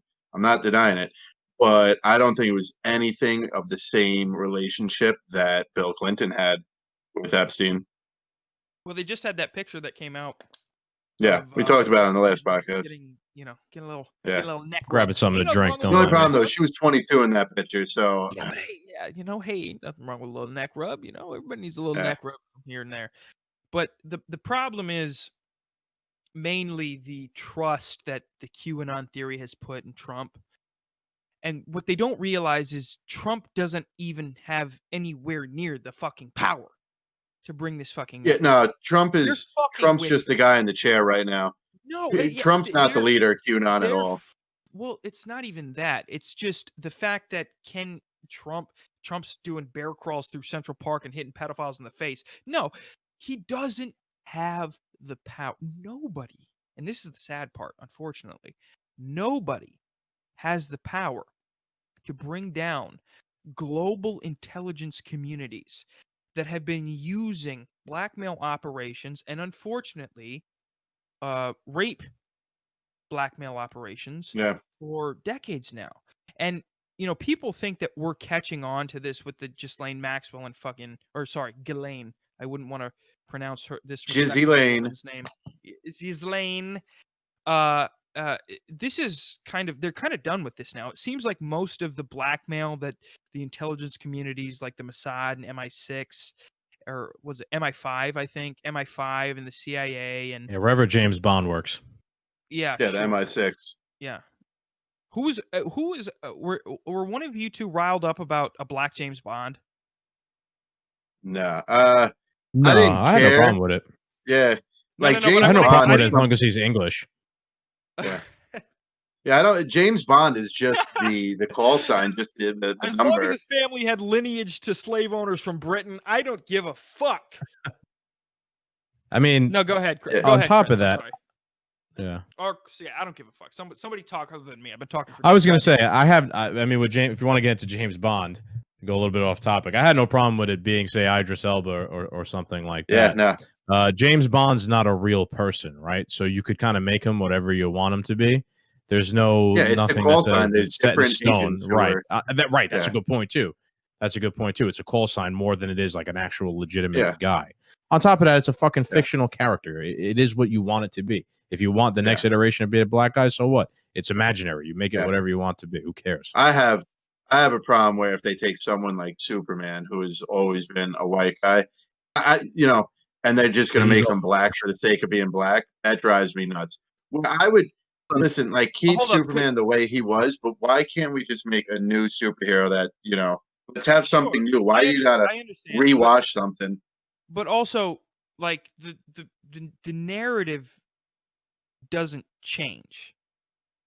Nothing in the story changes if you just make Superman black. Yeah. So it'd be one thing if you change the whole thing. He's no longer he's shoving kryptonite down his throat because he just wants to see how far he can put it down there because he might be a little gay. I get that, but that's a new narrative. That's a new side of Superman we haven't seen before. I could get that too. But not the gayness, but the new narrative. Oh, you better get with the gayness because that's coming next.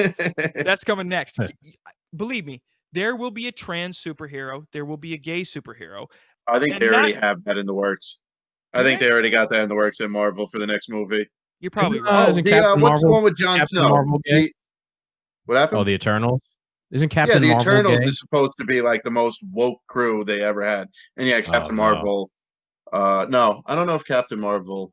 I don't know if I think she might be. Her, but in the movie she was with that pilot. And they were really kind of flirty. It was weird. I think they were trying to maybe it was a woman pilot. Yes, it was a woman pilot that she went to go visit with her little daughter, and it was just a little bit out of place. I felt like there maybe. Did she adopt? Well, it doesn't mean you're not Captain gay. Marvel disappeared for years. She went straight afterwards. It's just bad. I think I just thought they were trying really to drop off a couple topic. hints. Yeah. Look, no, I think the Eternals is all set up to have like all the first of all these different heroes. First, Asian, first gay, first trans, first whatever. Yeah. Yeah, whatever. Make the movie good and I'll watch it. Well, and Yeah. I mean, here's the thing about the woke bullshit, because we're probably we could talk about superheroes bullshit, but I don't want to. About the woke thing. Look, this is the only political transition I have.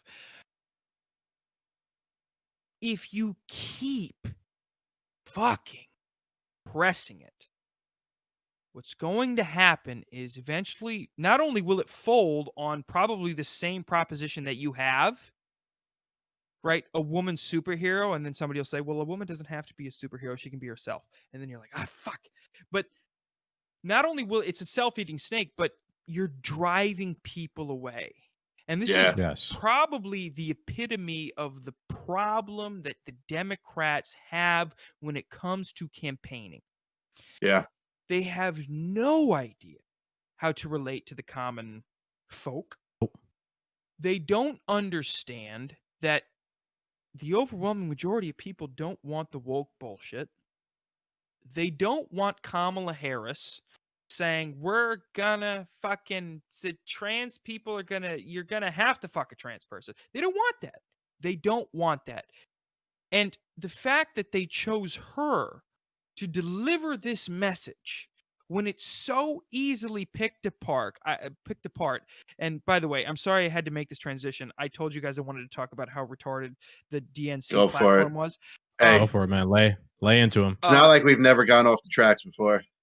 This is liberals, leftists are picking Kamala Harris apart because they know, oh shit, she's not the progressive person that we want. She's had somewhat conservative policies, certainly through her run as district attorney, maybe not attorney general quite as much, but DA.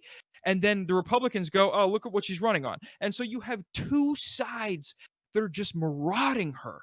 And then you have Joe Biden standing there like a mannequin and hoping that nobody calls him out on having his son being a part owner of a company that has a joint investment with the Bank of China. And you're like, Jesus, all he hopes, he doesn't give a fuck about. Hunter Biden needs to go down. Well, I saw a bunch of fucking photos on Instagram about, that's not him. That's not Hunter Biden because they got all the doppelgangers now. Yeah. Yeah. I think it's him. I think he just shaved and did his hair different. But I mean, Hunter Biden is a problem. And the fact, you have a presidential candidate whose son has a joint venture with the Bank of China and a cocaine problem. Yeah, I don't care about that. I hope that my next president does coke.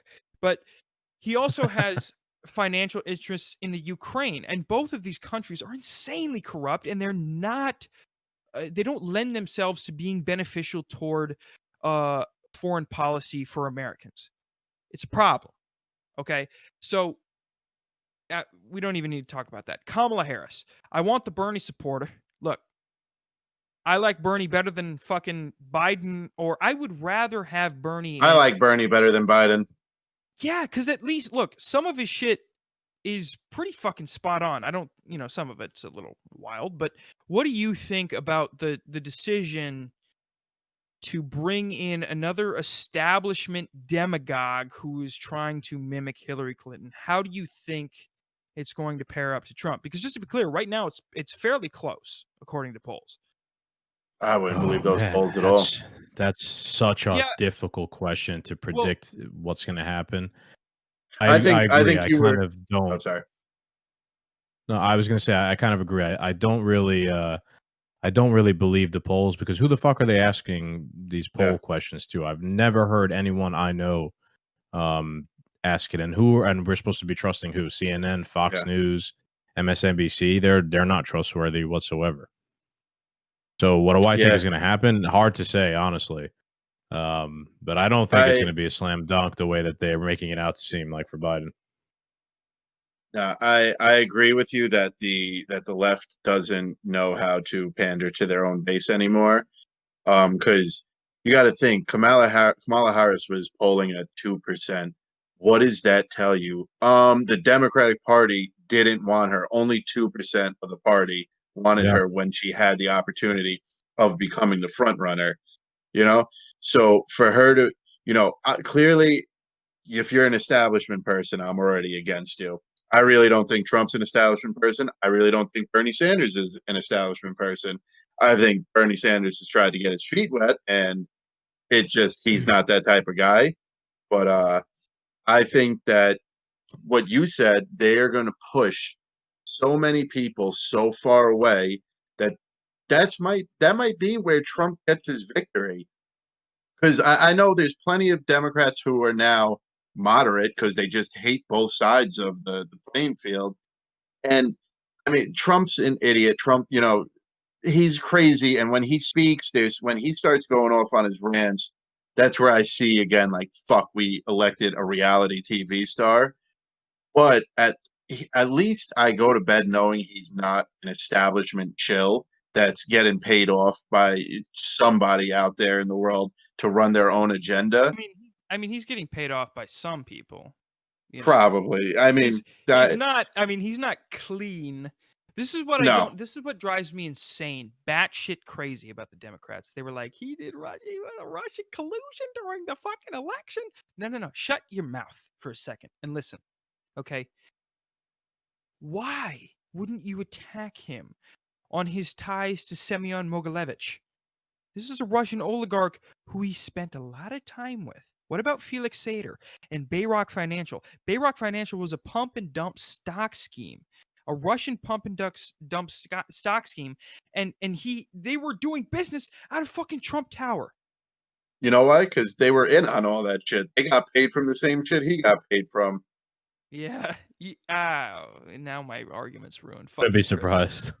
Think of it. Can I take a moment to Go on. I was gonna say, can I take a moment to shit on the convention, the Democratic convention, and go ahead. And you were mentioning before how they, if it hit him in the fucking face, they wouldn't know how to sell themselves to us. No. They have Cardi B, and they have like celebrities constantly parroting their viewpoints. They don't realize by now that we don't want to hear from these fucking people anymore. And then they have the audacity to, everyone was shitting on the RNC, which is happening, these next couple of days, because they're having on. Isn't it happening now? The kid, as we're recording. Yeah, it might be happening now, because they're having on there, giving a speaking slot to the kid from the Covington school, the Catholic Nick school. Sandman. You remember? God. Yeah, Nick Sandman, and then who's made Ken and Karen $500 million. But my point with that is they're shitting on them for that. Wants. I will fucking sell out. Listen, anybody out there who's listening to this who wants to give me a little bit of money, I'll do whatever you want. I don't care. I stand for nothing. You're a great politician. Yeah. You'd make a great one, yeah. My point was going to be, though, that they want to shit on the RNC for having Sandman and then Ken and Karen, the St. Louis couple, on to speak. Those are just normal people, right? Yeah. What's so bad about giving normal, average people a chance to speak at a political convention? Instead, no, I have to listen to Cardi B and whoever else the Democrats want me to tell me how to live, or to tell me to stay in my home. I was laughing before, man. Are you guys familiar with Tim Dillon, the comedian? I love him. He's great. I kind of know who he is, but I haven't really seen much of him. You got to watch him. He was fucking the best. He was poking fun at Chelsea Handler, who basically filmed an entire Netflix special that's coming out now. And he's like, this is what people don't... Tim Dillon, a comedian, was like, people don't want to hear from this anymore. Chelsea Handler was being so critical of lockdowns and staying in your home and do this, telling everybody how to live. But yet you could go, it's okay for you. You could go and film your Netflix special, and that's totally fine. Everybody else, though, stay home and don't do anything. People are tired. That's the real white privilege. Tired of that privilege. Or let's fucking mention privilege. Let's talk about Mayor Lightfoot in Chicago. Oh, yes. Fucking Uncle Fester's wife. Little goldfish-looking bitch. And how she made it illegal to protest on her own block, citing the fact that she has a right to defend her own home. What about the rest of Chicago and their own homes. Yeah. They don't have a right to fun of a protect their person home. who has Down syndrome. Okay, so I hope you really Lightfoot? feel good Yeah, about Fair yourself, game. will. gentlemen. She ran Okay. for office. She's fair game. Don't care. Yeah. I hate. What just? Yeah, sorry. I was gonna make a joke and you butchered it. Congratulations.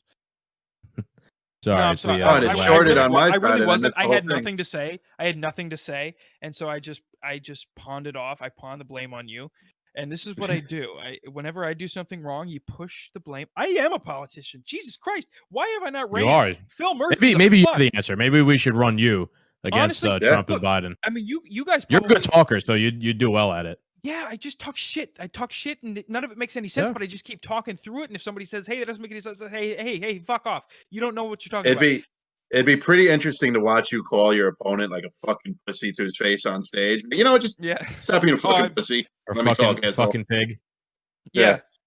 Pig, hog, sow, cow, anything. Look, you guys probably know a little bit about Phil Murphy at the very least, right? This is a man who made his wealth short selling, and he was an advisor at Goldman Sachs, I think it was, and he short sold, and he told none of his clients who he was supposed to be advising. By the way, he said, "Don't sell." And then he sold. And then he made a bunch of money that way. And then he got out of the game. And now he's running for not running. He's governor. And I remember he ran. He actually spoke at my college graduation. And it was nice weird guy. He used it. Yeah, no, fuck him.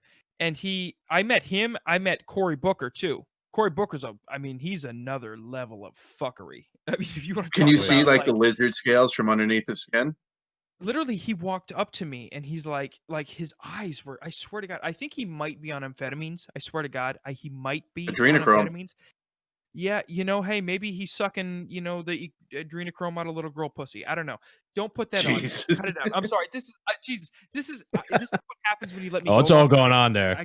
But I looked at him and his pupils were fucking like this, and I was like, I was picked. I wasn't graduating, but they picked like the two highest graduating people, and I got to go meet him, and he signed my fucking book or whatever.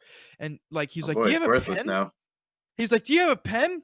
And I was like, "I do have a pen. It's right here." And he's like, "I'm gonna sign this," and I'm like, "I okay." And like the normal human interactions with these people, it seems like it have gone out the window.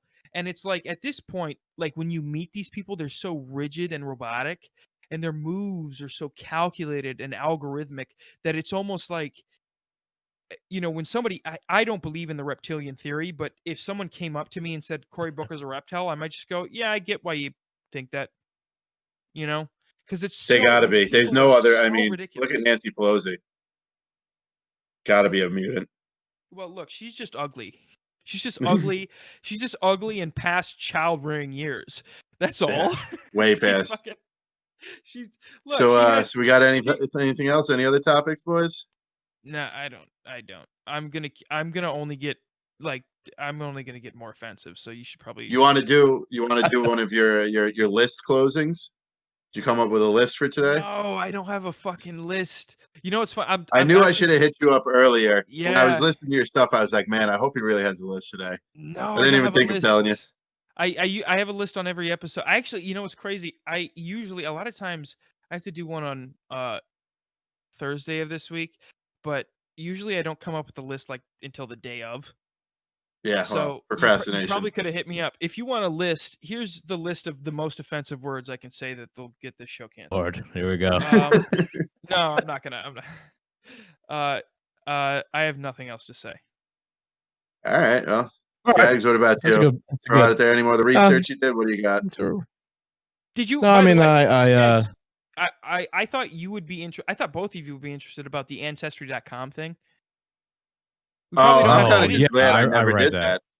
Yeah, I read a long time ago that some government agency bought it, and right then and there, I was like, "That's weird. They want to know our DNA and our ancestry." Now it kind of makes sense. Is that what that meant? Reparations. That they're trying to? Yeah, is that what that meant? That they're going to try and tie you into slavery so that in the future they can then punish you or your lineage for it or something? I don't know. I don't care. It doesn't matter. I'll hopefully. My family came from a farm in Italy. I have no worries. Yeah, same. I am pretty sure my ancestors owned, like, whoever owned the most slaves. I'm probably related to them. Damn. Like, Well, you better start making some good podcast paychecks because you're gonna have to pay up. You better start rioting with Antifa to make up for it. I just won't. I'll just be poor, and they'll be like, your grandfather owned the most slaves," and I'll be like, it didn't pay off. Hasn't helped me one bit. Run, yeah. Are you offering me slaves? Like, what's the where's the trade off here? We don't have any to sell. Look, we're not with the Epstein club. There's adrenochrome pussy and slaves from here, folks. Like, we should probably do plugs. Yeah. Let's wrap it up here, man. I'll let the captain wrap it up. But thank you for coming on with us, Joe. One thing I wanted to say is, no, it's great. It's been fun, man. One thing I definitely admire listening to your podcast is that you're a one-man show, and boy, you could just fucking talk, and there's no dead air. It's impressive. Actually, I have to say that's not a good quality. It's actually not a good quality to be able to talk. I enjoy it. Yeah. You definitely you get some interesting theories, and you like the intricates of stuff. That's what made me, when I was like, should we have him on? And I listened to you, and I was like, he goes deep into stuff, and it's not all stuff I want to hear either. And I'm fine with that because I mean, just the way this show has turned out, I mean, it gets so right wing so quickly because, like we were saying, the fucking Democrats don't even know how to talk to their own base. So we want to keep it even and stuff. So that you definitely, on some of the podcasts I listen to, you really find some pretty good, interesting, like, little tidbits and facts. And then talking about spiking puppies and throwing babies is always interesting. Yeah. Well, I mean, seriously, thank you for having me on. I enjoy your podcast just as much as you enjoy mine. I'm going to be doing guests more and more. I definitely want you guys to be on mine. And hey, that's fun. With mine, we probably can get a little bit more. You probably won't be quite as civil and political and intellectual. That's fun. And present transcendent ideological maxims as we have done tonight. Yeah. But you've only spoken to us 3 times. You have no idea what. Yeah. You only got the tip of the iceberg. We'll break out the whiskey and the marijuana, maybe. Yeah. We'll have fun. We'll have fun, but definitely you guys should come on mine. But I like I said, it's a mutual respect. Definitely. Yeah, definitely. Tell everybody about what your show is, where to find it, and everything. Plug yourself. Go for it. Yeah. So the title is Unfit Statesman. If you have the time and if you choose to do so, you can find it on Apple Podcasts. You can find it on Spotify, SoundCloud, and Anchor. Those are look, folks, I'm working towards Google Podcasts. I got fucking locked out of it for some reason. I'm working on it. Okay. I'm not talking to you. I'm talking to the people who are listening to this, who are my fans. Doom Nation. You're talking to Doom Nation right now. Look, Doom fucking Nation. Listen to me.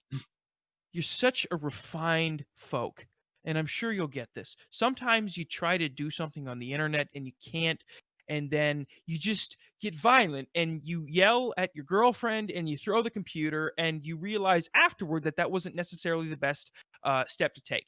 And that's where I'm at right now with Google Podcasts. They're not letting me fucking post it. I don't know why, but I'll get it on there. And so until then, Apple Podcasts, Spotify, and SoundCloud, and Anchor. Unfit Statesman. Very good. Very good. All Go right. for it, Cap. So, Skaggs, it's been a great show. Zach, thank you for coming on. Everybody listen to the Unfit Statesman. By the way, do you guys want to do social media? Unfit Statesman everywhere except Parler. I just got a Parler so I could say expletives and not get banned. Don't even know what Parler is. I don't even know what that is. It's a very Chris, you'd love it. Skaggs, not so much. It's kind of right wing. Unfit Statesman Podcast on Parler, but everything else Instagram and Twitter at Unfit Statesman. There we go. Thank you again for coming on, Zach. Doom Nation, thank you for listening. Make sure you like, share, and subscribe us as always. You can find us on Apple iTunes, Apple Podcasts, Spotify, iHeartRadio, the new Amazon podcast. For social media on Instagram, you can find us at 2doommen_podcast. Then on Facebook, Twitter, and YouTube, it's at 2doomsmen. So Doom Nation, thank you for listening. Make sure you check out our boy Zack on Unfit Statesman. And adios. It's been another week in 2020, boys. We're going to be on vacation this upcoming weekend. We're going away, so we're not going to get another episode in for at least a week or so, but we'll be back. Hopefully the end of next week. That's the message. Just don't kill yourselves until next week, okay? Thank you. Yeah. We'll still be doomed then. Don't worry, people. Yep. All right.